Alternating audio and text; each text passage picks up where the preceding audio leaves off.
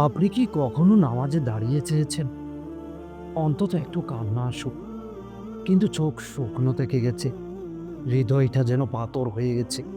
মনে হয় না? আল্লাহ বলেন, তারপরেও তাদের হৃদয় কঠিন হয়ে গেল, আর কা পাথরের মতো, বরং তারও বেশি কঠিন।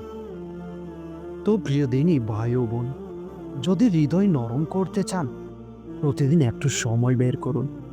একা একা বলুন, আস্তাগফিরুল্লাহ, আস্তাগফিরুল্লাহ, আস্তাগফিরুল্লাহ।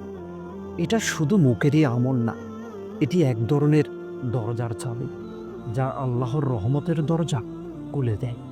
আপনি টেরই পাবেন, কোনো একদিন হঠাৎ নামাজে এক অজানা ভার নেমে যাবে, বুক থেকে চোখ ভিজে যাবে, আর আপনি বুঝবেন আপনার হৃদয়টা আবার বেঁচে উঠেছে। তাই প্রতিদিন অন্তত ১০০ বার হলেও ইস্তেগফার করুন। ইনশাআল্লাহ আল্লাহ তাআলা আপনার সকল আশা পূরণ করবেন।